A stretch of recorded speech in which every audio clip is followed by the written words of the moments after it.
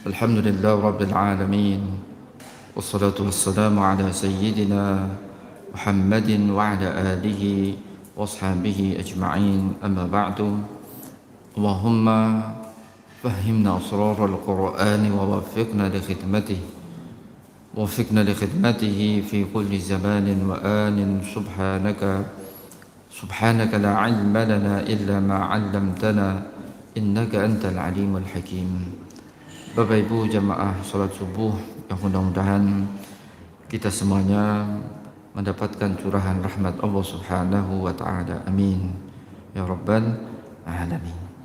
Bapak Ibu sekalian, pagi hari ini dalam kajian tafsir Al-Qur'an insyaallah kita masih membahas tafsiran seputar firman Allah Subhanahu wa taala dalam surat Asy-Syu'ara. Surat Asy-Syu'ara, surat yang ke-26, surat yang ada di juz 19. Pada pertemuan yang lalu kita alhamdulillah sudah selesai membahas 6 ayat pertama dalam surat ini, dalam surat Asy-Syu'ara ini. Pagi hari ini insyaallah kita akan melanjutkan bacaan kita dari ayat berikutnya. Firman Allah Subhanahu wa taala di ayat 7 dalam surat Asy-Syu'ara. Allah Subhanahu wa taala berfirman di ayat 7 dalam surat Asy-Syu'ara, A'udzu billahi minasy syaithanir rajim. Awalam yarau ilal ardi kam anbatna fiha min kulli zawjin karim. Ayat 7 ini Bapak Ibu sekalian, Allah Subhanahu wa taala memerintahkan kita untuk melihat, mencermati, memperhatikan bagaimana Allah Subhanahu wa taala menumbuhkan tumbuhan ini berpasang-pasangan secara baik Jadi yang Allah Subhanahu wa taala ciptakan secara berpasang-pasangan ini ternyata kalau kita baca ayat 7 dalam surat Asy-Syu'ara ini bukan saja manusia tetapi tumbuh-tumbuhan pun Allah Subhanahu wa taala ciptakan secara berpasang-pasangan. Ini ayat 7. Allah Subhanahu wa taala di ayat 7 ini memerintahkan kita untuk mencermati, memperhatikan ciptaan-ciptaannya yang ada di muka bumi ini guna menunjukkan bahwasanya Dia adalah Tuhan yang besar. Dia Allah Subhanahu wa taala Tuhan yang esa. Dia Allah Subhanahu wa taala Tuhan yang maha berkuasa. Tidak mungkin ini terjadi dengan sendirinya, tetapi ada yang menciptakannya. Dalam hal ini adalah Allah Subhanahu wa taala. Allah Subhanahu wa taala, Bapak Ibu sekalian, bukan saja Tuhan bagi manusia. Allah Subhanahu wa taala Tuhan bagi manusia. Allah Subhanahu wa taala Tuhan bagi tumbuh-tumbuhan. Allah Subhanahu wa taala Tuhan bagi binatang-binatang. Makanya kalau kita baca ayat-ayat dalam Al-Quran, sering sekali Allah Subhanahu wa taala memerintahkan kita untuk mencermati, memperhatikan ciptaan-ciptaannya. Manusia bagian dari ciptaan Allah. Binatang-binatang bagian dari ciptaan Allah. Tumbuh-tumbuhan bagian dari ciptaan Allah. Bahkan alam semesta ini. Apapun yang ada di atas langit sana, apapun yang ada di bumi, apapun yang ada di lautan, apapun yang ada di daratan, semuanya itu adalah bagian dari ciptaan Allah Subhanahu wa taala. Dan Bapak Ibu sekalian, tanda-tanda yang menunjukkan bahwasanya Allah ini maha besar, Allah Subhanahu wa taala ini maha pencipta, itu sangat banyak pada ciptaan-ciptaannya. Makanya kan kita sering mendengar tafakkaru fil khalqi wa la tafakkaru fil khaliqi. Kalau kita mau mengenal Allah, maka renungi, perhatikan itu ciptaan-ciptaan Allah, maka itu akan mengenalkan kita kepada Allah Subhanahu wa taala yang menciptakan ciptaan-ciptaannya ini. Ya. Makanya Allah Subhanahu wa taala pun kita sering baca menegaskan dirinya bukan saja dia Tuhan bagi manusia dalam artian dia yang menciptakan manusia saja, tidak, tetapi Allah Subhanahu wa taala juga tegaskan dalam banyak ayat bahwasanya dia adalah Rabbul Alamin. Ya kan Bapak Ibu sekalian, Rabbul Alamin itu apa? Tuhan alam semesta ini. Ya, semuanya ini adalah ciptaan Allah Subhanahu wa taala. Semuanya ini tunduk kepada Allah Subhanahu wa taala.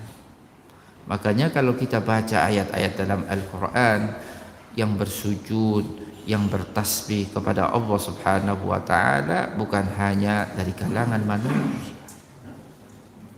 Ya kan Bapak Ibu sekalian, Allah katakan ciptaannya di luar manusia saja bersujud dan bertasbih kepadanya.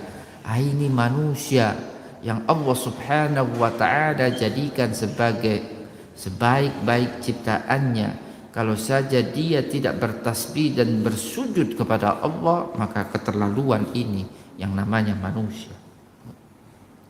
Maka ketika manusia ini tidak bertasbih, tidak bersujud, tidak mengakui kebesaran Allah, Allah katakan manusia ini sejatinya jauh lebih hina bahkan dibandingkan dengan ciptaannya dari kalangan binatang. Nah itu Bapak Ibu sekalian, ya. Saya ini lagi kurang enak badan sebenarnya. Tadi itu antara berangkat enggak saya itu. Diminum dulu. Ya, ini jahe ya, mudah-mudahan.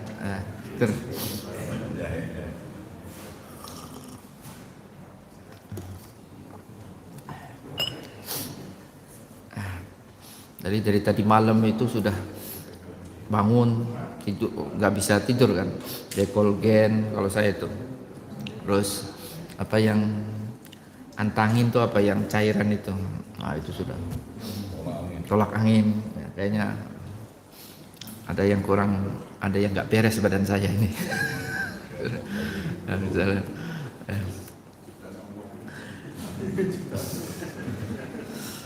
Nah itu ayat 7 ya, ayat 7 dalam surat Asy-Syu'ara. Ya.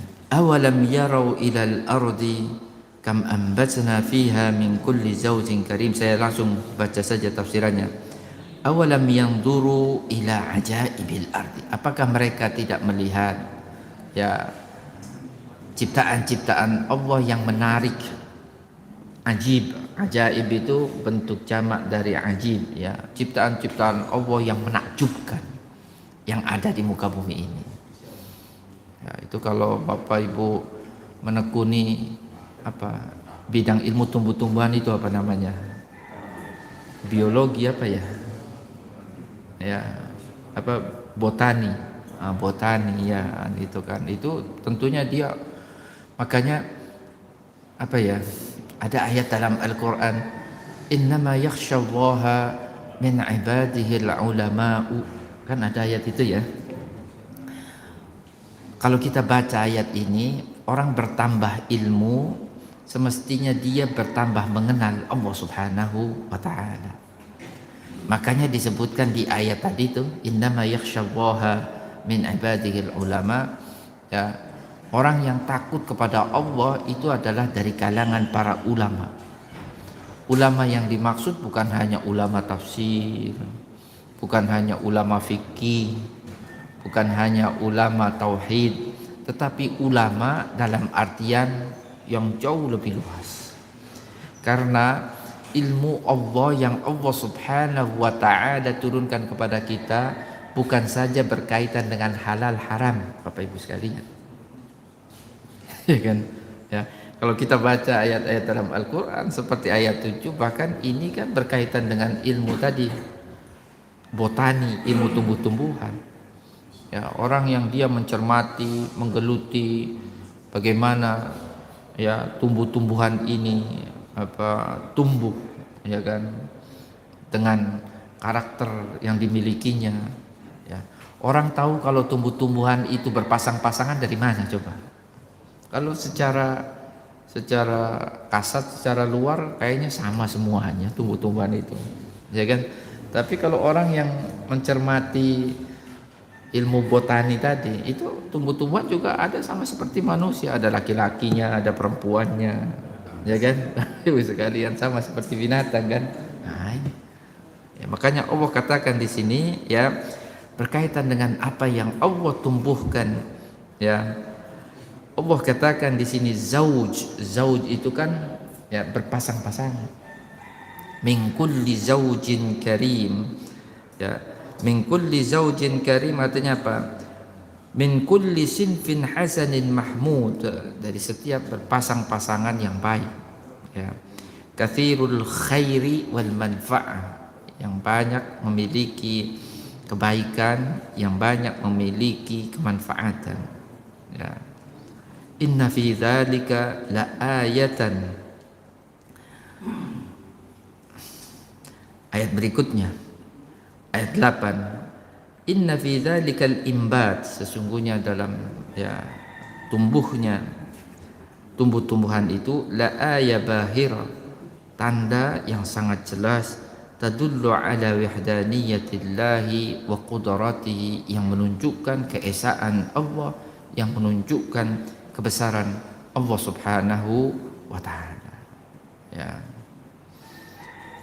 Wa ma kana aktsaruhum mu'minin wa ma kana aktsaruhum yu'minu fi ilmillah.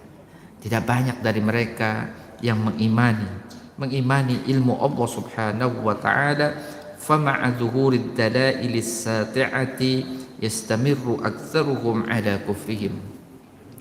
Ya, walaupun bukti-bukti yang menunjukkan keesaan dan kebesaran Allah itu sangat nyata, di antaranya ya pada proses tumbuhnya tumbuh-tumbuhan yang ada di muka bumi ini, ternyata itu tidak juga menjadikan banyak dari mereka yang mau beriman kepada Allah Subhanahu wa taala. Ya, Bapak Ibu sekalian. Nah, ini ayat 7, ayat 8 dalam surat Asy-Syu'ara. Kemudian Allah Subhanahu wa taala di ayat 9 menegaskan, wa inna rabbaka, sesungguhnya Tuhanmu ya Muhammad, Allah Subhanahu wa taala tentunya, lahuwal azizur rahim, zat yang maha perkasa, zat yang maha penyayang. Ya. Ini Allah di redaksi ayat ini ya Bapak Ibu sekalian, Allah terlebih dahulu menegaskan bahwasanya dia itu perkasa, aziz, al-aziz. Kemudian setelahnya Allah Subhanahu wa taala tegaskan bahwasanya dia adalah ar-rahim, yang maha penyayang. Itu bukan tanpa alasan. Kenapa redaksinya itu tidak dibalik? Ar-rahim wa inna rabbaka lahuwal rahimul aziz, itu ya kan. Kenapa redaksinya itu tidak seperti itu? Tetapi Allah Subhanahu wa taala tegaskan terlebih dahulu bahwasanya dia adalah Al-Aziz. Kemudian setelah itu dia tegaskan bahwasanya dia itu adalah Ar-Rahim. Itu karena apa? Karena ya Allah sebenarnya ketika Allah menyayangi hambanya, bukan berarti karena Allah Subhanahu wa taala tidak mampu untuk membalas hambanya tersebut. Ketika Allah Subhanahu wa taala menyayangi hambanya, bukan berarti karena Allah Subhanahu wa taala tidak mampu untuk menghukum hambanya ketika hambanya melakukan kemaksiatan, bukan. Ketika Allah Subhanahu wa taala menyayangi hambanya, sebutlah misalnya membiarkan hambanya tidak menyembahnya, tidak mengadabnya, membiarkan hambanya terus bergelimang dalam kemaksiatan, Allah Subhanahu wa taala tidak mengadabnya. Tidak membuat perhitungan dengan hamba-hambanya tersebut. Padahal hambanya percaya kepada Allah, tidak. Membangkang, iya. Ya kan? Bapak Ibu sekalian, Allah biarkan dia terus dalam pembangkangannya. Allah Subhanahu wa ta'ala biarkan terus dia mendurhakainya. Ya. Allah Subhanahu wa ta'ala tidak mengazabnya, bukan berarti karena Allah Subhanahu wa ta'ala tidak mampu untuk menghukumnya, tidak. Ya. Ini adalah bagian dari ketika Allah memberi kesempatan luas kepada seorang hamba, ya, mudah-mudahan dengan kesempatan yang luas itu dia di kemudian hari mau bertobat. Allah Subhanahu wa ta'ala tidak menyegerakan hukuman, azab untuk diturunkan kepada hambanya tersebut. Sejatinya itu adalah bagian dari bentuk betapa Allah Subhanahu wa ta'ala sangat menyayangi hambanya tersebut. Bukan berarti karena Allah tidak mampu. Makanya Allah Subhanahu wa ta'ala tegaskan terlebih dahulu sebelum, kalau kita baca redaksi ayat 9 dalam surat Asy-Syu'ara, Allah Subhanahu wa ta'ala sebelum menegaskan bahwasanya dia adalah Ar-Rahim, Allah katakan bahwasanya dia itu adalah Al-Aziz. Bukan karena Allah mengasihi hambanya itu karena kelemahan Allah, bukan. Oh, dia Al-Aziz, kapanpun dia mau mengambil manusia itu bisa Allah itu. Jadi kalau kita sifat kasih, artinya sayang, ya, kasih sayang yang diberikan oleh orang yang berkuasa itu jauh lebih bermakna dibandingkan dengan kasih sayang yang diberikan oleh orang yang lemah. Itu kurang lebih seperti itu. Karena dia lemah, maka dia ya tidak membalas, wajar. Tapi Allah sebenarnya dia mampu, makanya dia katakan, saya ini Al-Aziz, tetapi saya menyayangi kalian. Makanya saya tidak langsung setiap kali kalian durhaka kepadaku saya hukum kalian, tidak.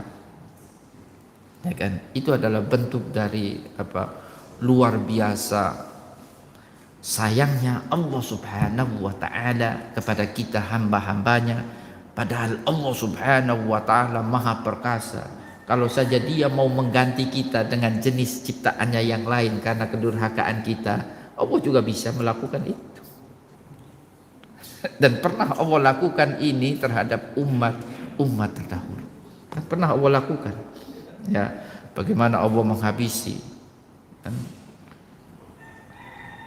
kaumnya Nabi Lut. Kan pernah Allah lakukan itu. Ya. Bagaimana Allah Subhanahu wa ta'ala menghabisi kaumnya Nabi Nuh. Ganti generasi. Pernah Allah Subhanahu wa ta'ala lakukan itu. Ya kan? Bagaimana Allah Subhanahu wa ta'ala, ya kalau kita baca ayat-ayat seputar umat-umat terdahulu, bagaimana Allah Subhanahu wa ta'ala, ya, Fir'aun ini setelah berkali-kali diberikan bukti-bukti, diperlihatkan bukti-bukti nikmat pun Allah Subhanahu wa ta'ala tidak ambil dari Fir'aun, tetapi kemudian ya bertambah bukti, bertambah nikmat, ternyata tidak menjadikannya dia mau beriman. Pada akhirnya falamma asafuna intaqamna minhum fa aghraqnahum ajma'in. Itu kata Allah dalam Al-Qur'an. Maka ketika mereka menjadikan kami murka pada akhirnya, maka kami pun ya kan menghukum mereka, Fir'aun dan bala tentaranya, para pengikutnya, dengan kami menenggelamkan semua dari mereka itu di dalam lautan. Nah, itu kan, jadi itu prosesnya itu kan panjang sampai kemudian Allah Subhanahu wa ta'ala ketika mengazab satu komunitas, satu masyarakat, satu kaum, itu prosesnya itu panjang, Bapak Ibu sekalian. Nah, ini ya ayat 9 dalam surat Asy-Syu'ara ketika Allah berfirman, wa inna rabbaka lahuwal azizur rahim. Huwa subhanahu, dia Allah Subhanahu wa ta'ala Al-Aziz. Al-Aziz itu apa? Al-Ghalib, yang menangan. Karena Allah la yughlab, Allah tidak mungkin dikalahkan. Ya kan Bapak Ibu sekalian, Allah tidak mungkin dikalahkan. Makanya tidak ada ceritanya mukjizat itu dikalahkan, itu tidak ada. Mesti mengalahkan. Dan itu bedanya mukjizat dengan sihir. Ya. Karena mukjizat itu bersumber dari Allah. Kalau apa yang bersumber dari Allah dalam hal ini adalah mukjizat dikalahkan oleh apa yang diada-adakan oleh selain Allah, maka tentunya Allah bukan Al-Aziz. Ya. Al-Qahir. Al-Aziz itu juga maknanya Al-Qahir dalam artian dia berkuasa. Al-Qadir 'ala al-intiqami mimman asahu. Allah Subhanahu wa taala zat yang mampu untuk membalas siapapun yang durhaka kepadanya. Kalau Allah mau. Nah, ini makna dari Al-Aziz. Allah Subhanahu wa taala juga tegaskan bahwasanya Dia Ar-Rahim. Ar-Rahimu bi khalqihi. Ya kan kita sering membaca Bismillahirrahmanirrahim, kan sering. Ya.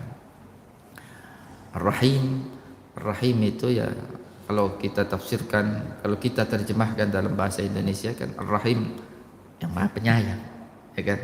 Penyayang dalam artian Ar-Rahimu bi khalqihi haitsu amhalahum wa lam yu'ajjil lahumul 'uqubah ma'a qudratihi 'alaihim.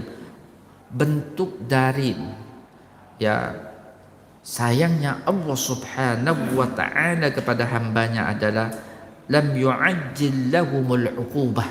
Allah tidak menyegerakan hukuman atas hambanya ya ketika hambanya itu durhaka kepadanya, padahal Allah Subhanahu wa taala sangat mampu sekali kapanpun ya kan untuk menurunkan hukuman atas hamba-hambanya yang durhaka kepadanya. Tapi kan bentuk dari ya sayangnya Allah tadi, ya sayangnya Allah.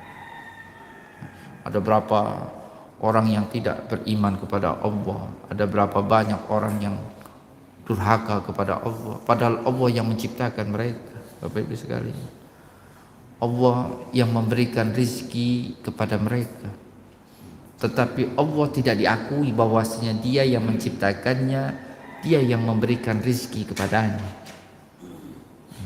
Kalau kita mungkin sudah nggak sabaran, ya kan? Kita aja nggak bersyukur dia. Kemarin saya kasih, baru ngasih apa gitu, Bapak Ibu sekalian kita ini, ya kan? Dan kita kan sering sekali hitung-hitungan kita ini sama orang, ya kan? Padahal kemarin saya kasih loh, ya kan? Kan kita sering seperti itu, ya. Allah yang menciptakan, ya. Allah yang memberikan rezeki. Tapi tidak diakui bahwasanya Allah itu yang menciptakannya, tidak diakui bahwasanya Allah yang memberikan rezeki kepadanya, tidak diakui bahwasanya Allah lah yang menjadikan dia ini bisa hidup di dunia ini. Makanya Allah kan, lihat ini, lihat itu, dia ciptaan saya ini, dia ciptaan saya itu, ini semuanya untuk kamu, biar supaya kamu ini bisa hidup. Kan kalau kita baca ayat-ayat dalam Al-Quran, bumi kami jadikan sebagai dataran yang luas agar supaya kalian bisa hidup. Ya. Allah Subhanahu wa taala ciptakan. Kalau kita baca ayat-ayat dalam Al-Qur'an kan, Allah mengingatkan kan, alam semesta ini Allah Subhanahu wa taala ciptakan untuk kita sehingga kita bisa hidup. Ya. Matahari, bulan, ya kan? Kami ciptakan secara bergantian. Coba kalau saya ciptakan ini, dunia ini sepanjang waktu gelap gulita, tidak ada matahari. Atau dunia ini saya ciptakan terang benderang sepanjang waktu, tidak ada malam. Susah kalian kan? Nah, maka ini kan? Oh, ini kan bagian dari sebenarnya kalau kita baca ayat-ayat dalam Al-Quran sangat banyak sekali. Allah mengingat yang bisa melakukan ini siapa? Emang patung-patung yang kalian sembah itu bisa melakukan ini? Emang ada selainku yang bisa melakukan ini untuk kamu semuanya? Ada, saya. Itu kalau kita baca ayat-ayat dalam Al-Quran kan. Tapi yang manusia lagi-lagi tidak mau berpikir, tidak mau merenung, ya kan? Ya. Bukti-bukti yang menunjukkan ya tidak harus Allah Subhanahu wa taala memperlihatkan ini saya, Tuhan kalian, maka berimanlah kepadaku. Tidak harus seperti itu. Nanti itu di akhirat ketika kita di dalam surga nanti. Amin ya rabbal alamin. Allah akan perlihatkan zatnya, Allah Subhanahu wa taala akan perlihatkan wujudnya. Tapi kalau di dunia ya cukuplah Allah Subhanahu wa taala meminta kita untuk memperhatikan ciptaan-ciptaannya, karena sejatinya ciptaan-ciptaan itu semuanya menunjukkan keberadaan dan kekuasaan Allah Subhanahu wa taala. Kita diuji, mau enggak beriman, mau enggak percaya. Karena Allah juga tidak mau memaksa kita untuk beriman. Kalau Allah tahu-tahu menampakkan zatnya di hadapan kita, nah kita ya beriman karena terpaksa, Bapak Ibu sekalian. Enggak ada pilihan. Ya kan? Maka Allah juga biarkan manusia ini kan, udah tetap aja kasih kekayaan, ya, yang tidak beriman itu, ya, sejahtera kasih, walaupun dia tidak beriman dan tidak mengakui Allah sebagai zat yang memberikan rezeki kepadanya. Karena kita ini manusia di dunia hidup yang sementara ini, Bapak Ibu sekalian, sedang Allah Subhanahu wa taala uji. Makanya hidup itu kan karena adil tidak hanya di dunia. Kalau hidup ini hanya di dunia tidak adil Allah Subhanahu wa taala. Ya kan? Makanya ada namanya kehidupan setelah kehidupan di dunia ini. Disitulah keadilan dalam artian yang sesungguhnya, keadilan dalam artian yang sebenarnya Allah Subhanahu wa taala perlihatkan, wujudkan kepada kita ini. Ya, jadi kalau di dunia itu kan ada yang kayak fata morgana, terkesan dia baik tapi sebenarnya tidak baik. Ya, terkesan dia ini hina tapi sejatinya dia ini mulia. Itu kalau di dunia kan, Bapak Ibu sekalian, karena kita juga dalam menilai orang, melihat orang kan sering salah, ya kan Bapak Ibu sekalian. Nah, tapi hidup setelah hidup dunia, orang yang hina ya hina dalam artian yang sebenarnya, orang yang mulia nanti adalah mulia dalam artian yang sebenarnya, ya, senang dalam artian yang sebenarnya, susah dalam artian yang sebenarnya. Tapi kalau dunia kan kadang-kadang kita orang itu enak benar hidupnya, sejatinya enggak. Ya kan, Bapak Ibu sekalian. Ya, itu. Qala al-Fakhrur Razi. Nah, ini saya bacakan saja ini. Berkata seorang ahli tafsir yang bernama Imam Fakhruddin Ar-Razi, "Innama quddima dzikrul aziz 'ala rahim." Ah, ini tadi penjelasan saya tadi. Kenapa didahulukan dalam redaksi ayat 9 tadi? Didahulukan penyebutan Al-Aziz yang Maha Perkasa, Ar-Rahim, ya, atas redaksi yang berbunyi Ar-Rahim yang berarti yang Maha Penyayang. Li'annahu rubbama qila innahu rahimahum li'ajzihim an uqubatihim. Ini untuk menepis anggapan bahwasanya, untuk menepis anggapan agar supaya orang tidak beranggapan bahwasanya Allah menyayangi hambanya karena ketidakmampuan Allah untuk menghukum hambanya. Ya, enggak benar itu. Enggak. Allah mampu, ya kan? Ya, tapi karena Allah ini sangat sayang kepada hambanya, Allah tidak langsung menghukum hambanya ketika hambanya durhaka kepadanya. Fa azala hadzal wahm, maka untuk menepis anggapan tadi bahwasanya Allah ini membiarkan hambanya larut dalam kedurhakaan karena Allah Subhanahu wa taala tidak mampu untuk menghukum hambanya tersebut. Untuk menepis anggapan seperti itu, ya, yuzkarul aziz wa huwal ghalibul qahir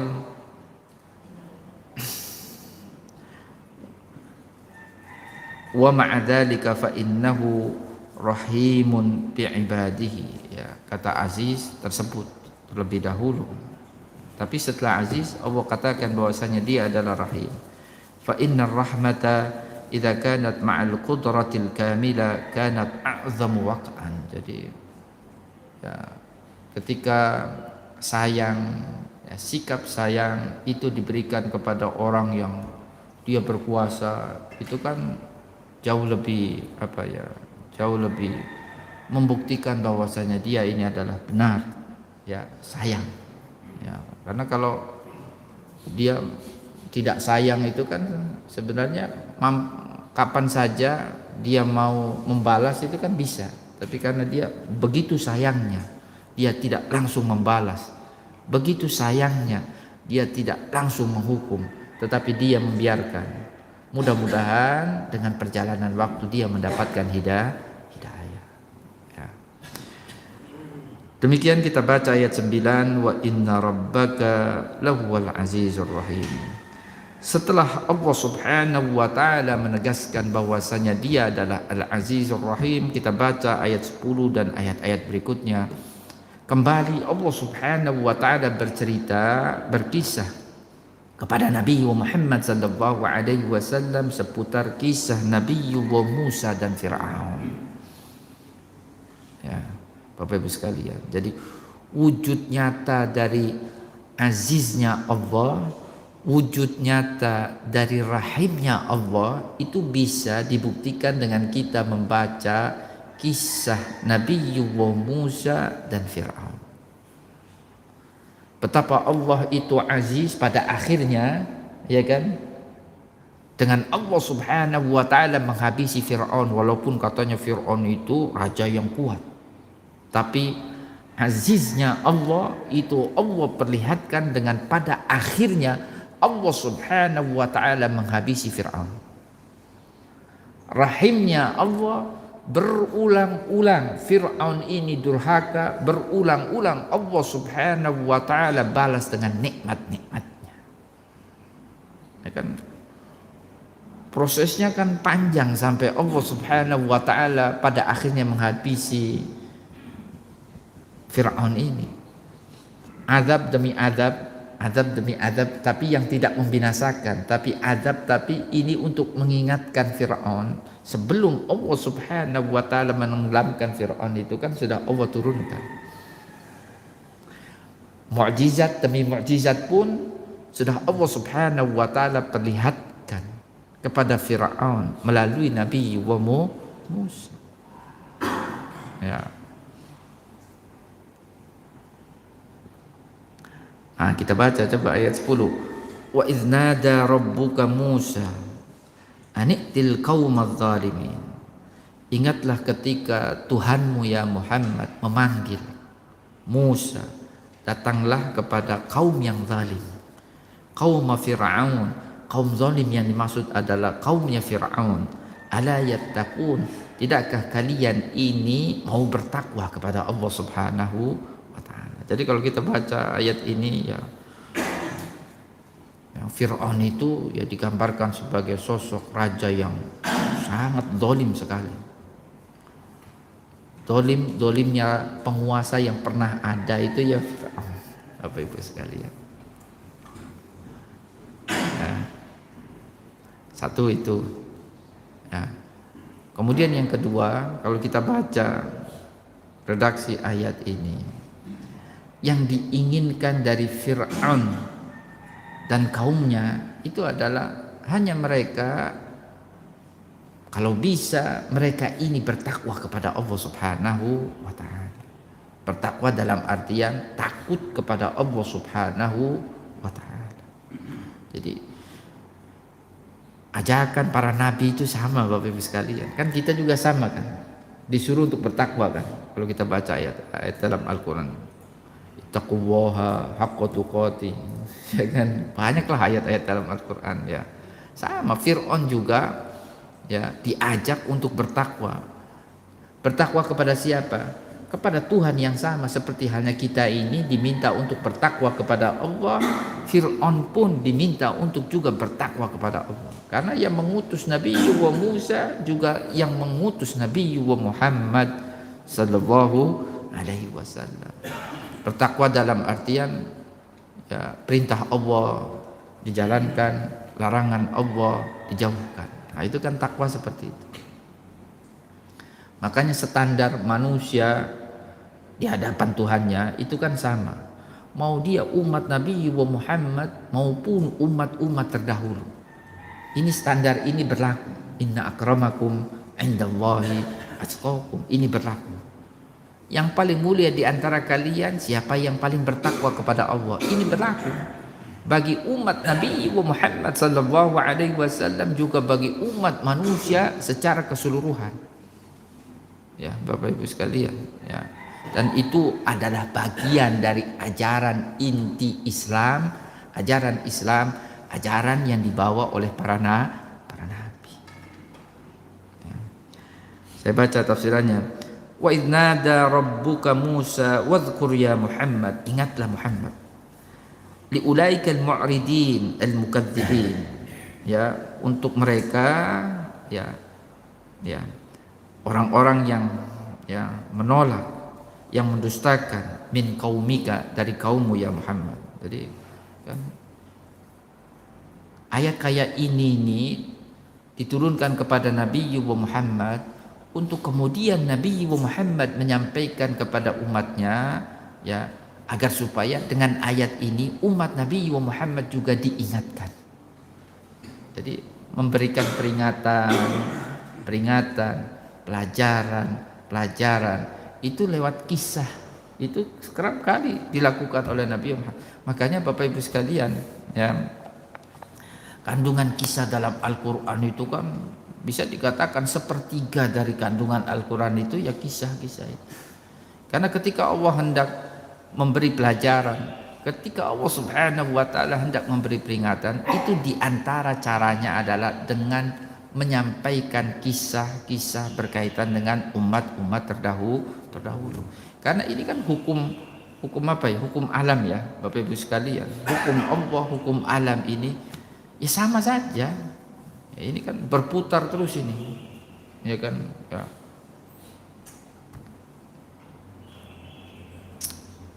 Kelakuannya orang yang jahat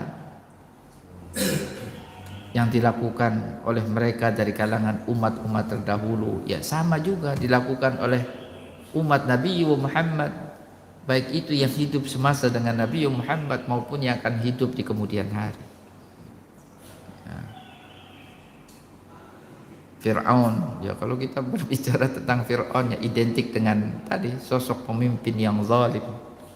Makanya pemimpin di masa kini atau di masa yang akan datang ketika dia memang benar-benar zalim itu sering sekali digambarkan seperti halnya Fir'aun, Bapak Ibu sekalian. Ya. Hina nada rabbuka nabiyyahu Musa min janibit turil aiman. Ketika Tuhanmu ya Muhammad memanggil Musa dari sisi gurun Tursina, dari sisi kanan gurun Tursina, amiran lahu, yang memerintahkan kepadanya ayyadhaba ila fir'auna wa mala'i, agar supaya pergi menemui Fir'aun dan ya mala'i para pembesar kaumnya, ya, anitil qaumadz zalimin bi aniti haula'idz zalimin, agar supaya mendatangi mereka orang-orang yang zalim. Ya, orang yang zalim yang dimaksud ya tentunya Fir'aun dan para pengikutnya. Alladzina zalamu anfusahum. Kenapa Al-Quran mengatakan bahwasanya Fir'aun dan para pembesar kaumnya, para pengikutnya, mereka adalah orang-orang yang zalim? Kenapa Al-Quran membahasakan mereka semuanya itu adalah orang-orang yang zalim? Li'annahum zalamu anfusahum bil kufri wal ma'asi. Manusia disadari atau tidak disadari, Bapak Ibu sekalian, ketika tidak ada keimanan dalam dirinya, sesungguhnya dia telah mendolimi dirinya sendiri. Dia ingkar kepada Allah, sesungguhnya dia mendolimi dirinya sendiri. Tidak beriman kepada Allah, sesungguhnya dia mendolimi dirinya sendiri. Manusia melakukan kemaksiatan, sejatinya dia mendolimi dirinya sendiri. Allah Subhanahu wa ta'ala kan kita tahu, Bapak Ibu sekalian, tidak butuh juga dengan keberimanan kita Allah Subhanahu wa taala juga tidak butuh dengan ketaatan kita. Maka ketika kita tidak beriman, kita maksiat terus, ya kan? Sejatinya kita ini mendolimi diri kita sendiri. Was ta'badid du'afa'i min bani Israel. Di samping mereka Fir'aun dan kaumnya mendolimi diri mereka sendiri dengan kekufuran dan kemaksiatan, mereka pun mendolimi Bani Israel yang ada di negeri Mesir dengan menjadikan mereka Bani Israel ini sebagai budak-budak. Itu makanya Nabi Musa itu diutus di antara misi pentingnya itu adalah untuk menghilangkan perbudakan yang dilakukan oleh Fir'aun terhadap Bani Israel. Itu di antara misi penting. Maka yang diminta oleh Nabi Musa sudahlah, kalau engkau Fir'aun dan kaum Kipti, mereka penduduk Mesir, kalau kalian tidak menerimaku, ya sudah, biarkan aku keluar dari Mesir, biarkan aku ini pergi ke negeri Syam bersama Bani Israel yang tinggal di negeri Mesir. Sudah, kamu biarkan kami saja keluar. Tapi kan Fir'aun, dia punya kepentingan dengan keberadaan Bani Israel. Kalau Bani Israel ikut semuanya keluar dari negeri Mesir, siapa yang akan jadi pekerja di situ? Siapa yang akan dipekerjakan? Ya kan? Karena selama ini Fir'aun membangun peradabannya itu yang sampai sekarang masih kita lihat itu sisa-sisanya. Siapa yang dijadikan pekerjanya? Mereka dari kalangan Bani Israel. Ya, bikin piramid itu ya, yang diperbudak itu ya Bani Israel itu. Ya, bikin kerajaan sampai sekarang itu bisa kita lihat kalau ke Mesir itu yang jadi pekerja kerasnya itu adalah kalangan Bani. Maka Fir'aun tidak mau, enggak lah, ya kan.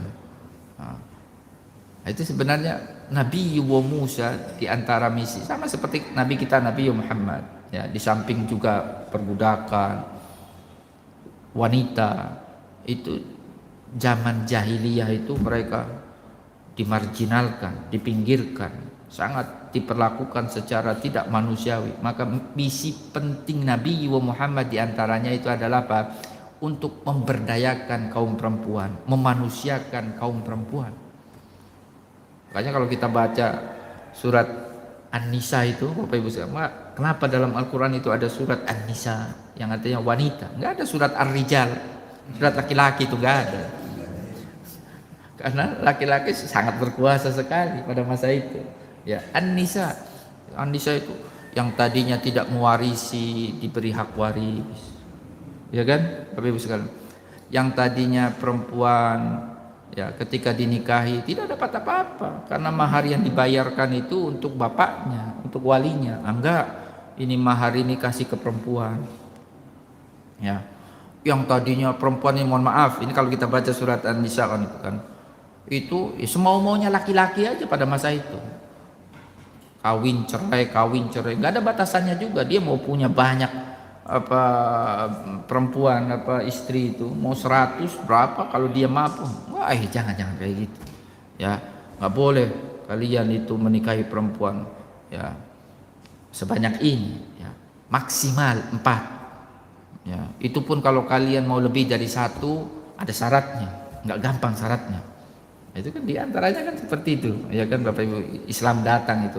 Nah, Nabi Musa itu diutus ya untuk mendatangi Fir'aun kaumnya yang digambarkan dalam ayat ini, yang disebutkan dalam ayat ini sebagai orang-orang yang zalim, karena mereka bukan saja mendolimi diri mereka sendiri dengan kekufuran dan kemaksiatan, tetapi selama ini mereka juga mendolimi Bani Israel dengan menjadikan Bani Israel sebagai budak-budak mereka.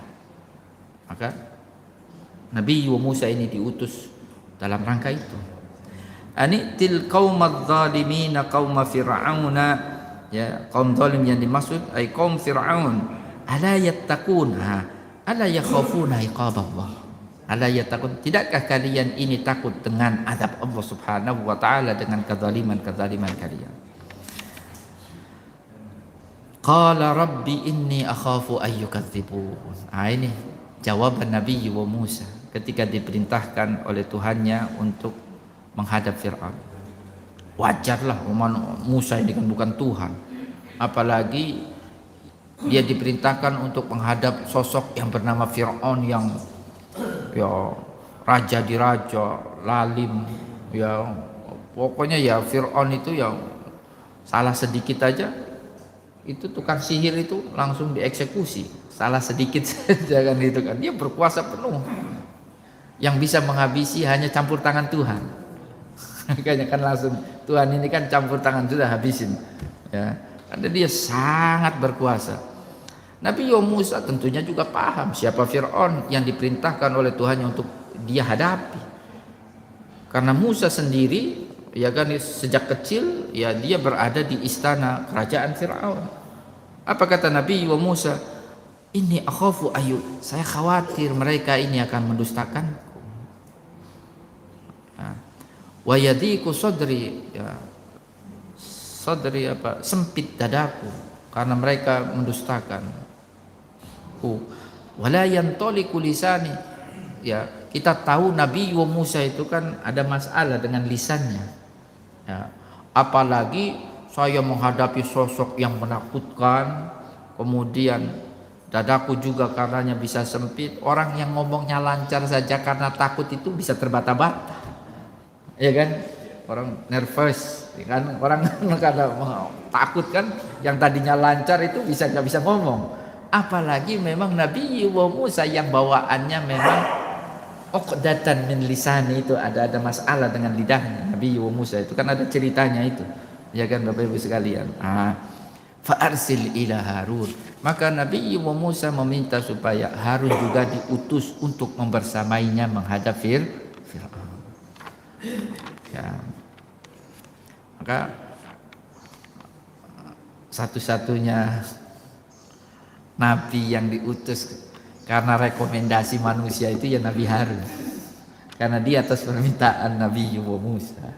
Ibu sekali, ya kan, satu-satunya Nabi, walaupun ya tentunya Allah sudah dalam ilmu Allah sudah tahu kemudian hari Harun ini akan juga diutus menjadi Nabi, tapi kronologisnya sebelum Nabi Harun ini diutus membersamai Nabi Musa untuk menjadi Nabi, terlebih dahulu ada permintaan Nabi Musa, ya kan, rekomendasinya Nabi Musa, Harun ini utus saja dia menjadi seorang Rasul Nabi untuk membersamaiku ya Allah.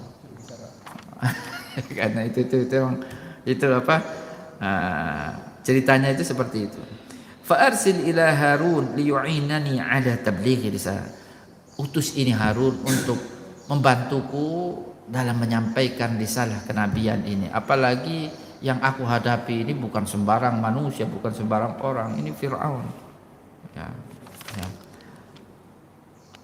Walahum alayya dzambun fa akhafu ayyaqulun, juga yang menjadi kekhawatiran Nabi Musa ya, wali fir'auna wa qaumihi ya alayya da'wa dzambun. Jadi ada anggapan mereka Fir'aun dan kaumnya orang Kipti bahwasanya saya ini punya dosa sama mereka, karena dulu sebelum saya ini keluar dari Mesir menuju negeri Madian, ya kan ceritanya kan seperti itu ya, saya ini pernah dulu membunuh salah satu orang Kipti, dan itu dianggap oleh mereka, Fir'aun kan bagian dari orang Kipti, dan yang berkuasa di Mesir itu adalah orang-orang Kipti.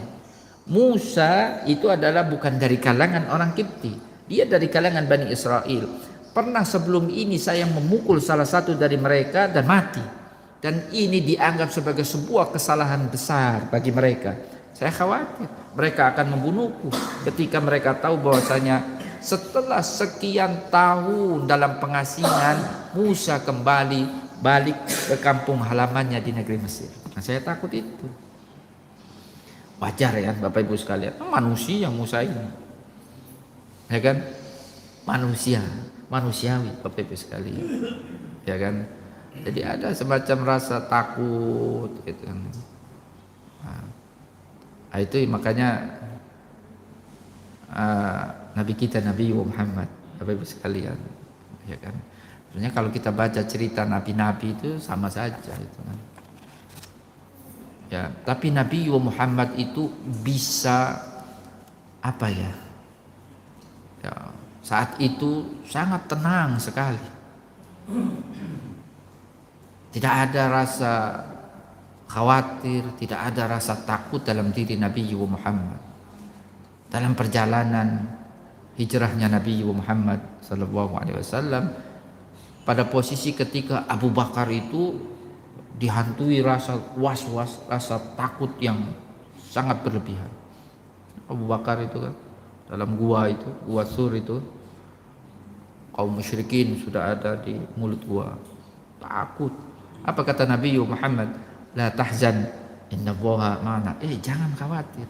Udah kita ini membersamai kita ini Allah. Kan kalau Allah kalau sudah menjaga, nggak ada yang bisa melukai kita. Ya. Nabi Musa masih ada rasa takut, masih ada rasa khawatir itu dalam dirinya. Ketika Allah Subhanahu wa taala memerintahkan dia untuk menghadapi Fir'aun. Ya. Maka apa jawaban Allah? Qala kalla. Sekali-kali tidak. Maksudnya itu apa? Kalla lan yaktulak. Sekali-kali mereka tidak akan membunuhmu ya Musa. Ya kan, coba ini kan. Jadi kalau tukang sihir dalam jumlah yang banyak nggak selamat dari Fir'aun, tapi Musa Allah Subhanahu wa taala selamatkan. Jadi kalau kita ini hidup mati kita ini sudahlah di tangan Allah Subhanahu wa taala, Bapak Ibu sekalian. Ya. Terus apalagi ini? Fadhhaba bi ayatina. Sudahlah kamu berdua dengan Harun pergi dengan membawa ayat-ayat kami, maksudnya mukjizat-mukjizat yang kami berikan kepada kamu. Inna ma'akum mustami'un. Sesungguhnya kami bersama kalian. Ma'akum. Kenapa redaksinya itu bukan ma'akuma, bersama kamu berdua, tetapi ma'akum. Ini bukan tanpa alasan. Kalau kita membaca di sini penjelasannya, wasighatul jam'i ma'akum urida bihi at-tasniyah. Ya, walaupun yang dimaksud ini berdua, ya, Musa dan Harun, tetapi redaksi Al-Qur'an menggunakan redaksi ma'akum, faka'annahuma lisyarafihima 'inda Allahi 'amalahuma fil khitam wa 'amalatal jam'i tashrifan lahuma wa ta'zima. Allah perlakukan dua orang utusannya ini, Nabi Musa dan Nabi Harun, walaupun mereka ini berdua, walaupun ini cuma berdua, tapi Allah perlakukan seakan-akan mereka ini orang banyak. Karena apa? Allah hendak memuliakan keduanya. Allah Subhanahu wa taala hendak apa? Mengagungkan keduanya. Ya, paling tidak ya mereka ini bukan hanya mereka berdua, membersamai keduanya ini ya tentunya kalau Allah berkehendak ya para malaikat juga bisa membersamai keduanya. Ya. Fa'tiya fir'auna faqula inna rasul rabbul alamin. Datanglah kamu berdua ya kepada Fir'aun, ya, katakan kepadanya, faqula inna rasulu rabbil alamin, sesungguhnya kami utusan rabbil alamin, ya rabbil alamin, Tuhan alam semesta. Lagi-lagi redaksi yang disampaikan oleh para nabi itu ya redaksi yang sama yang disampaikan oleh nabi kita Nabi Muhammad. An arsil ma'ana bani Israil. Itu permintaan Fir'aun. An arsil ma'ana bani Israil, maksudnya itu apa? Atlik bani Israil min isarika. Bebaskan bani Israil ini dari perbudakan. Ya. Khalli sabilahum hatta yadhhabu ma'ana ila Syam. Udah bebaskan dia, biarkan dia pergi bersama kami keluar dari Mesir untuk menuju ke negeri Syam. Negeri Syam itu ya disitulah nenek moyangnya Bani Israil. Kan Israil itu kan Yakub, Bapak Ibu sekalian, ya. Yakub itu ya kan tinggal di daerah Kan'an. Kan'an itu ya sekitaran negeri Syam, Palestina itu, antara Palestina dan Mesir. Ya. Nabi Musa alaihissalam diperintahkan oleh Tuhannya paling tidak ini kalau tidak diterima keberadaannya di negeri Mesir untuk membawa keluar Bani Israel ke kampung halamannya, kampung nenek moyang mereka, Nabi Yakub yang ada di negeri Syam. Demikian kurang lebih Bapak Ibu sekalian sampai dengan ayat berapa ini? Ayat 17 dalam surat Asy-Syu'ara. Tentunya ada banyak pelajaran yang bisa kita petik dari ayat-ayat ini. Saya persilahkan mungkin kalau ada yang mau ditanyakan. Terima kasih Ustaz.